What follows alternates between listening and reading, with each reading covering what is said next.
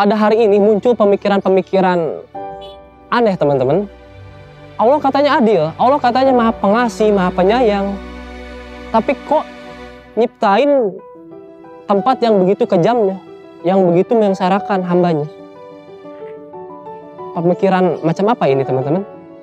Justru dengan adanya neraka itu adalah bukti keadilan Allah Subhanahu wa taala terhadap hambanya. Kenapa?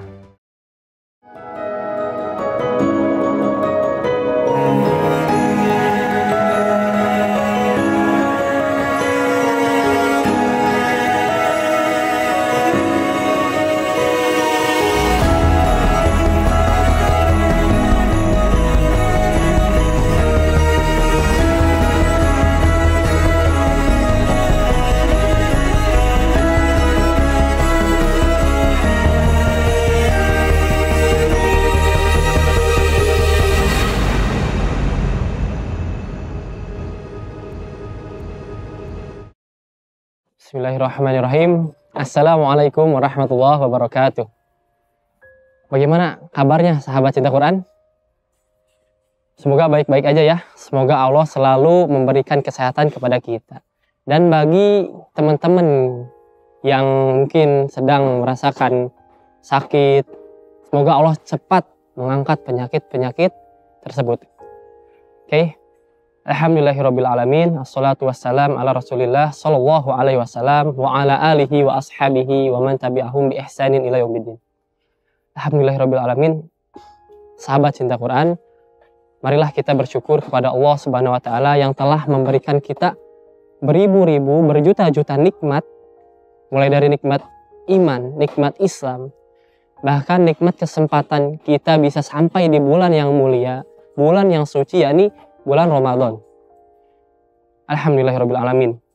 Salawat serta salam tak lupa mari kita curah limpahkan, kita hadiahkan kepada manusia agung, manusia mulia, manusia yang harus kita contoh setiap langkah hidupnya, yakni baginda Nabi Muhammad SAW.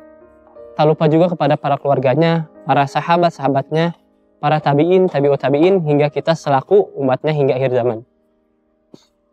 Sahabat cinta Quran, pernah gak sih kita dengar satu statement, satu pernyataan yang bunyinya kayak gini? Kita sebagai manusia dalam hidup ada pilihan, dikasih pilihan.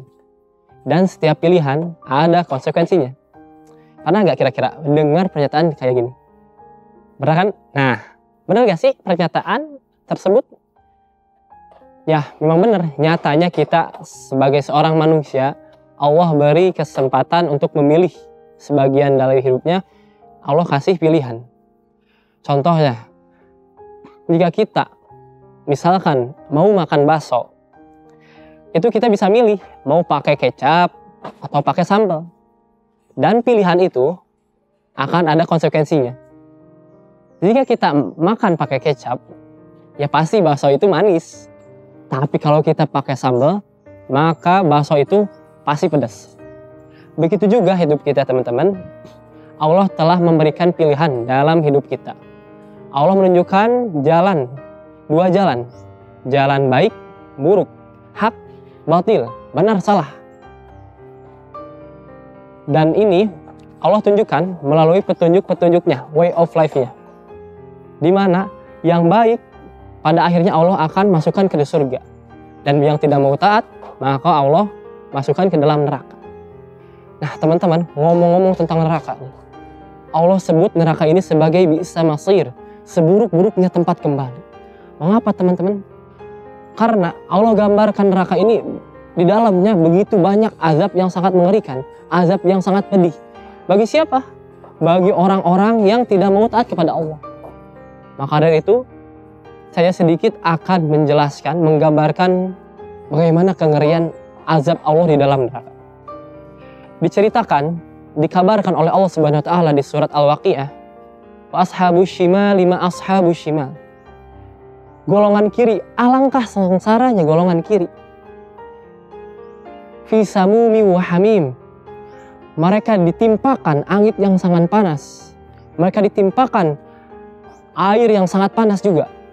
Angin samum ini teman-teman dijelaskan di dalam tafsir Al-Azhar karya Buya Hamka.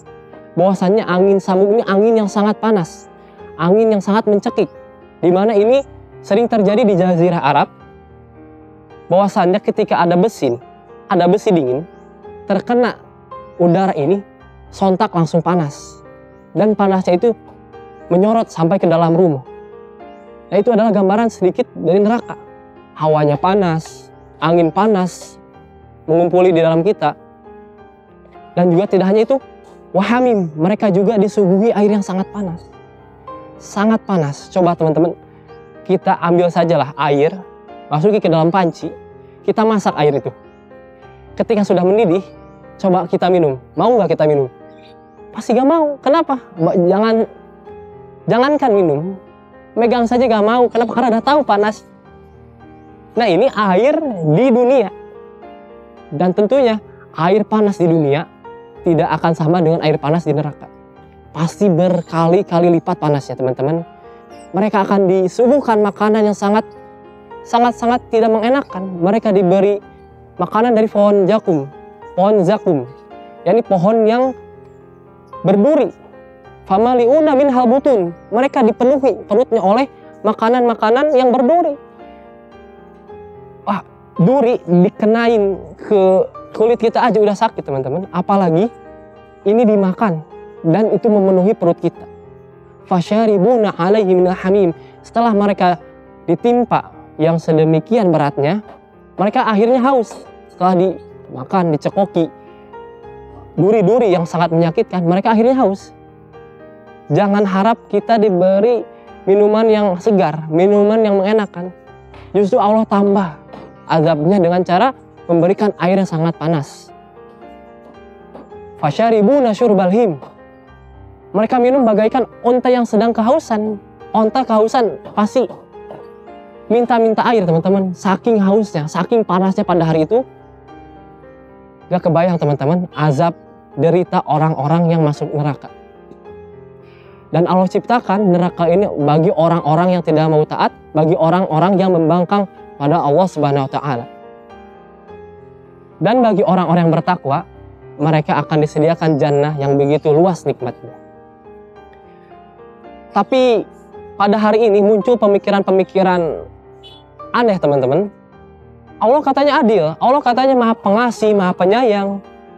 Tapi kok nyiptain tempat yang begitu kejamnya, yang begitu menyengsarakan hambanya. Pemikiran macam apa ini, teman-teman? Justru dengan adanya neraka itu adalah bukti keadilan Allah Subhanahu wa taala terhadap hambanya. Kenapa? Bayangkan aja, teman-teman, analoginya begini. Jika kita kerja di sebuah perusahaan dan kita masuk pekerjaan dengan tepat waktu, rajin, kita sopan terhadap bos, dan ada satu karyawan yang malas-malesan masuk ke kerjaan, telat, terus tidak beradab ke bos. Tapi pada akhir bulan mereka digaji dengan gaji yang sama, ya 10 juta. Kira-kira kita sebagai orang atau pekerja yang rajin mau gak sih diperlakuin seperti itu? Kita pasti meminta keadilan kepada bos. Bos, mengapa disamain gajinya? Saya lebih rajin dari dia malas-malasan. Kita pasti menuntut keadilan. Begitu juga Allah menciptakan neraka bukan semena-mena ingin mengazab, tapi agar memberi keadilan kepada hambanya. Hamba yang soleh Allah kasih apresiasi, pahala masuk surga. Tapi bagi yang tidak mau taat, dosa masuk ke neraka. Dan Allah tidak memaksa, sekali lagi Allah tidak memaksa hambanya untuk masuk neraka. Mereka masuk neraka adalah pilihan mereka sendiri. Kenapa? Tadi Allah telah menunjukkan 2 jalan. Wahadainahun najdain. Disinilah akal kita berperan. Kita bisa memilih jalan yang hak atau kita bisa memilih jalan yang batil. Disitulah akal kita berperan. Maka kita sebagai orang beriman, apa patutnya? Kita ambil jalan yang hak, jauhi jalan yang batil. Karena hanya dengan jalan haklah kita bisa mendapatkan ridho Allah. Kita menegakkan syariat Allah secara kafah, menjauhi larangan-larangannya. Maka dari itu Allah akan memberikan ridho kepada kita. Dan hanya dengan ridho lah kita pulang dengan bahagia. Maka sekali lagi teman-teman, marilah kita bersama-sama untuk taat kepada Allah Subhanahu wa taala, menjauhi larangannya dan terus mendawamkan, melaksanakan perintah-perintah yang telah Allah perintahkan kepada kita semua. Mungkin sekian dari saya. Mohon maaf bila ada kesalahan. Hatur nuhun karsadayana. Assalamualaikum warahmatullahi wabarakatuh.